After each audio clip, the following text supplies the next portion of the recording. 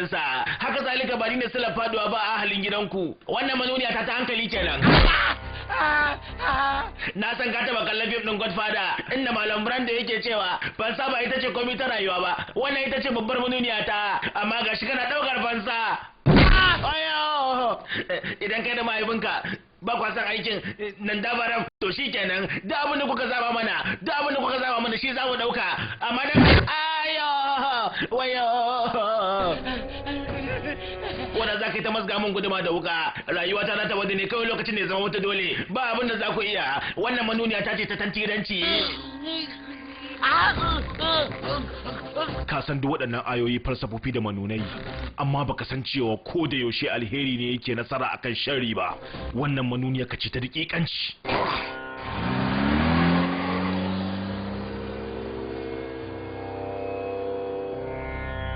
Sheshagiri Chandi, Vedam, Gujirawo. Wai me ke faruwa ne?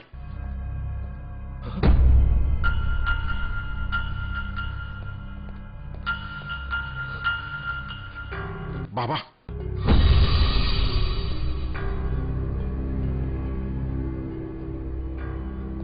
Ba fa yana sheke babanka dan kawai ka sheke min mahaifiyata bane. Amma saboda ya haifi ɗa irinka ne.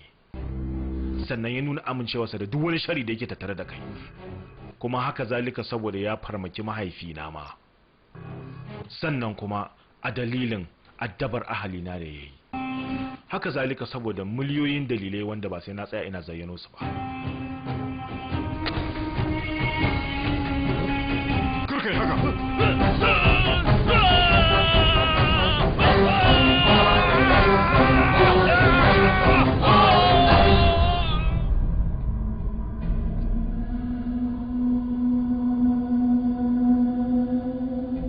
Daga ranar da na bude idanuwana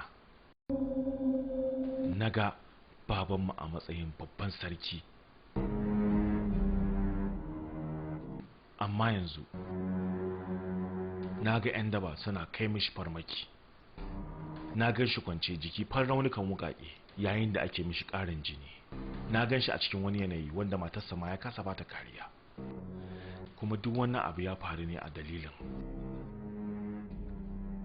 wannan aikin nan dabara. Yana son dakatar da aikin ne ba wai don maslaharsa ba sai don maslahar al'umma.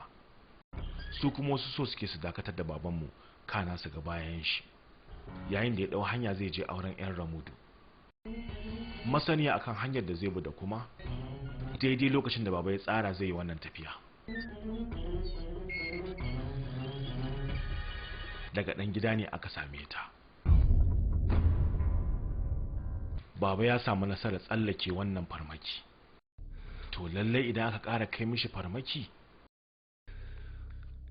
tabbas wannan yana nuna akwai ɗan gida a tare da maƙiyan baba. Bayan na ɓata sa'o'i 12 ina kallon nazari na abin da kyamarar tsaro ta asibiti ta ɗauka, na fahimci cewa banda lemo babu wani abin da aka shigo da shi.